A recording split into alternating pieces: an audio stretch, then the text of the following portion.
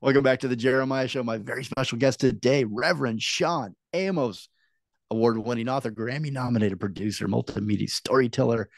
He's got a new album out, Soul Brother Number One. Go to ShawnAmos.com. You can pick it up. I think you can get a link there, but it's also streaming everywhere and anywhere you buy music. Great album. We're listening to it as I speak. We're coming back in with we took a break with Revelation. And right now, let me tell you what we're listening to. Stone Cold Love. Actually, Reverend, this is one of my favorites on the album. Does that surprise you? Yeah, Yeah. yeah, that is. This is it's a co-write with me and Dr. Roberts, my longtime guitarist, who in the over the past, I guess, 5 years or so, we've become pretty steady co-writers. And this one, he wrote the music and I wrote the lyrics, and yeah, it's Beautiful a cool groove. song. I like the harmonica work on it in particular. Yeah, yeah. I play that here. We're playing that. I also like Hammer a lot. That's Hammer another. was, That was the last. That was the last song we wrote for the album. oh yeah, If it's you I'm look playing at in it, the yeah, last break too. nice. Yeah, that's a fun one. Well, let's go back a few years and talk about your book, which you said, if you're just joining us now, Reverend Shawn Amos said that there may not have been the album that we're listening to now without the book, and they sort of, what is it, foreshadowing, or it brought up a bunch of stuff, and you took it to the next artistic level and musically. Yeah, Um, 100%, 100%. so I the book is NAACP Image Award winning youth novel. It's called Cookies and Milk. It's a semi autobiographical tale based on your latchkey kid years as the son of cookie entrepreneur Wally Famous Amos and nightclub singer Shirley May Ellis. Book publisher Little Brown and Company acquired Cookies and Milk for six figures. Deadline Hollywood announced that Disney branded television will bring Cookies and Milk to the screen. I hope that's still happening with an animated series. It's currently in development. And then last year, Cookies and Milk was nominated for the Outstanding Literary Work in the Youth Teen category at the 54th NAACP Image Awards. Uh, Reverend, you dug deep into your life for this book during the COVID lockdown. Why did the isolation bring your childhood memories to the surface, do you think? well, the childhood memories were always at the surface.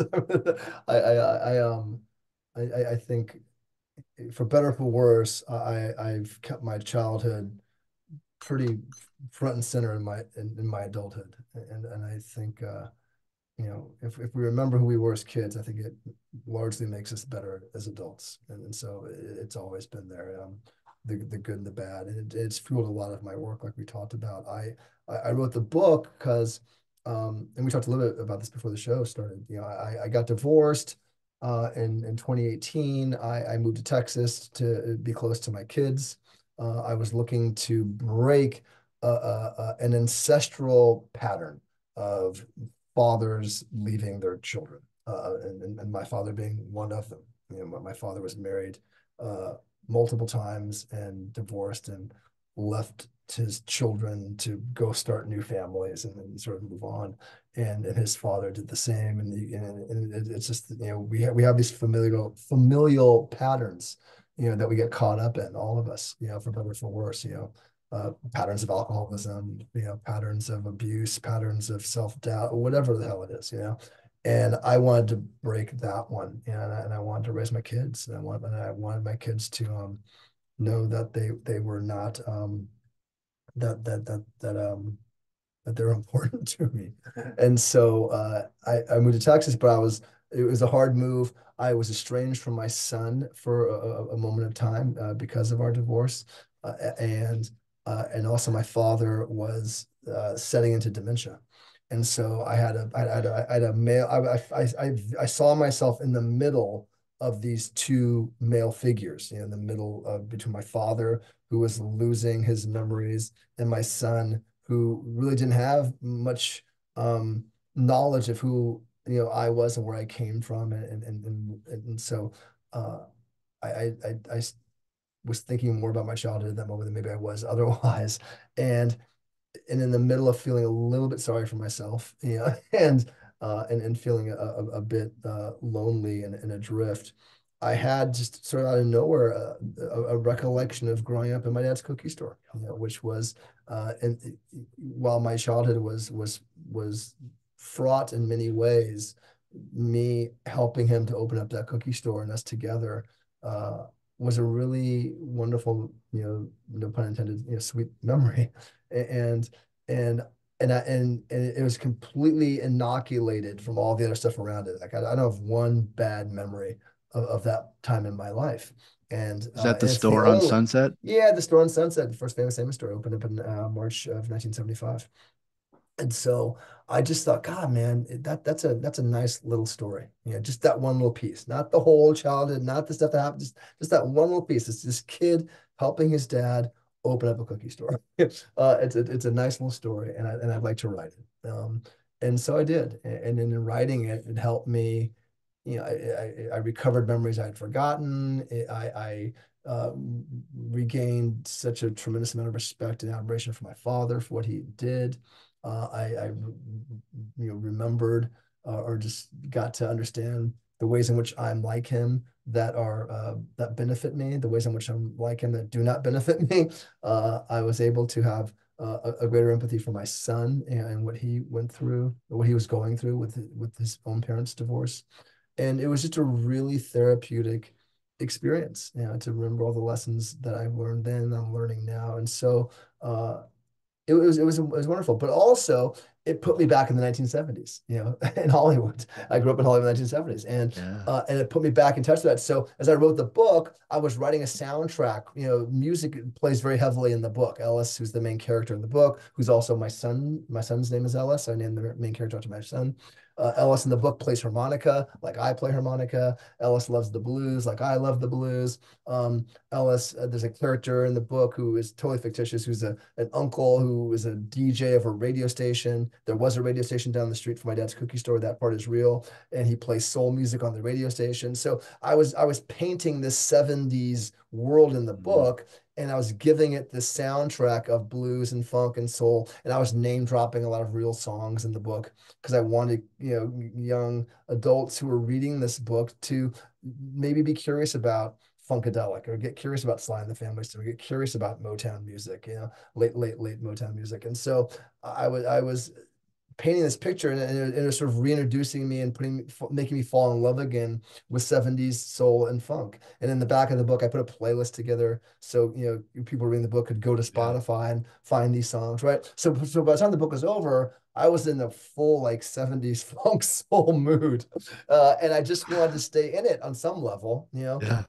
and so I think the combination of my heart being really open because of the book I just written, and being stuck, or transported back to the 70s sort of soul world, and also rediscovering and reclaiming and falling in love with my blackness, in a way that I had not before, frankly. Hmm. All of that was the fuel for Soul Brother #1.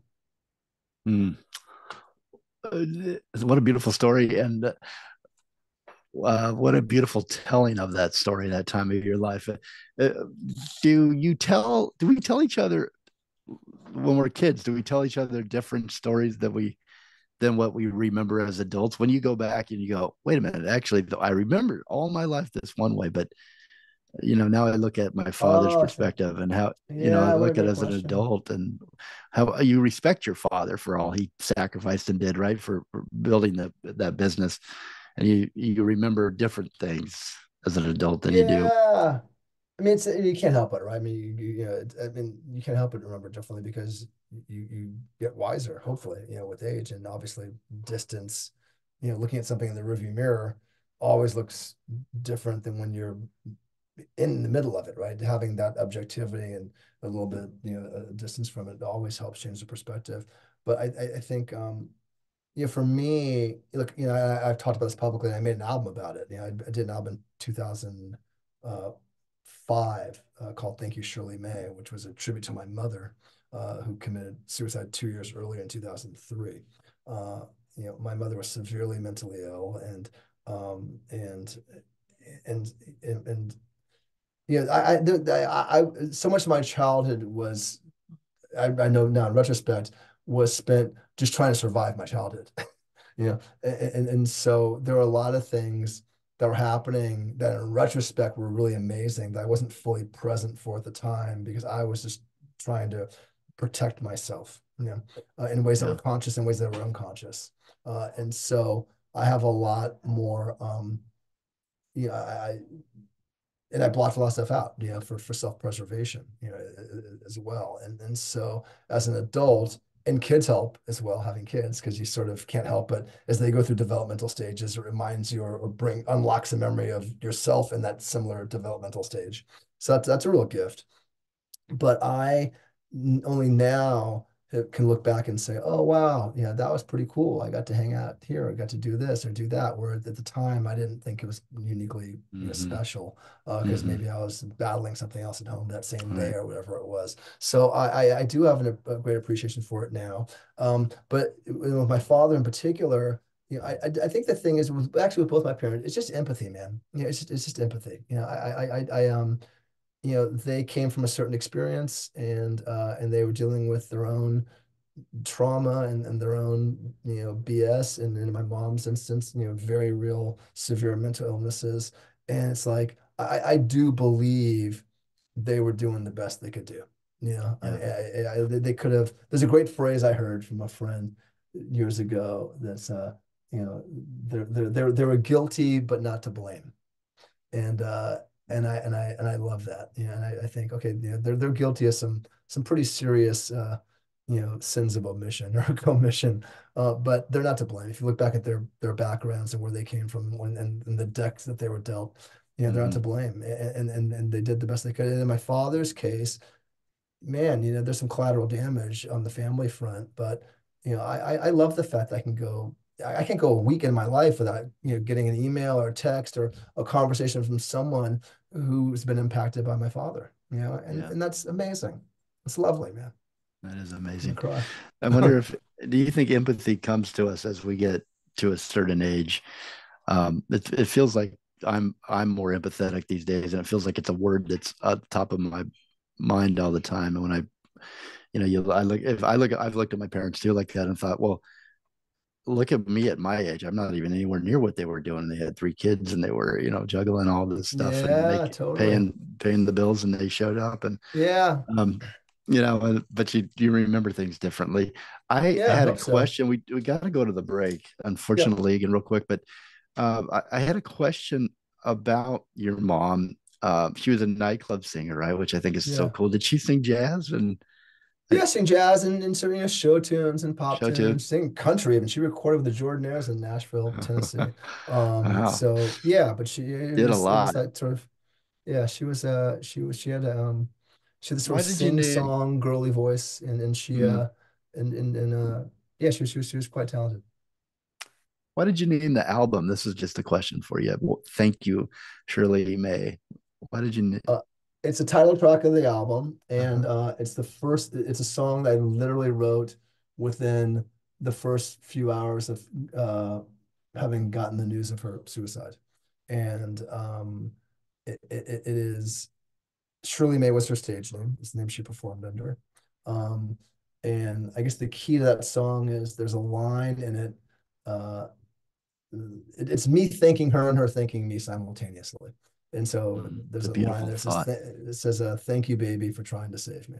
Mhm. And there's another line. It's like, she came on strong, but she went too fast. I try to keep it in the past. Thank you, Shirley May. So yeah, it's just sort of like it's us thanking one another for what we tried to do, and what we did do. And yeah, it's yeah. So yeah, I'm her only child, and so yeah, it's challenging when when a parent dies and you're the only kid, because all that shared history just goes up in smoke. Mhm. There's no other witnesses. There's no one to have a conversation about it. It just vanishes. And while she was still, sort of in the ether, and and she was, and the memories weren't, so faded as they are now. I was trying to capture as much as I could in those early moments, and that became the album. But the whole album is really my imaginings of what her life was like when she was that singer. Because I didn't know that person. I knew the You mentally ill discovered that woman who was after, right? broken. I discovered it afterwards, and so the album is, oh wow, this beautiful young strong woman moving to New York, at age 19, Yeah. black woman from the South. I mean, just Brave. the bravery of it, right? The strength of it, and then meeting this man who's this dashing guy, and their romance together in New York City in the early 60s. I mean, oh my God, it's like out of a Breakfast at Tiffany's kind of film or Yeah. something. So it was just a sort of a little imagining of what I thought her life and their life must have been Hmm. been like before Beautiful all of tribute, that. beautiful All musical tribute Yeah, to your mom. thanks, man. Thanks for asking about them. Okay, we're going to go to break right now with the song What It Is to Be Black. Do you want to set this up, Reverend Sean, or should we do it on the other side?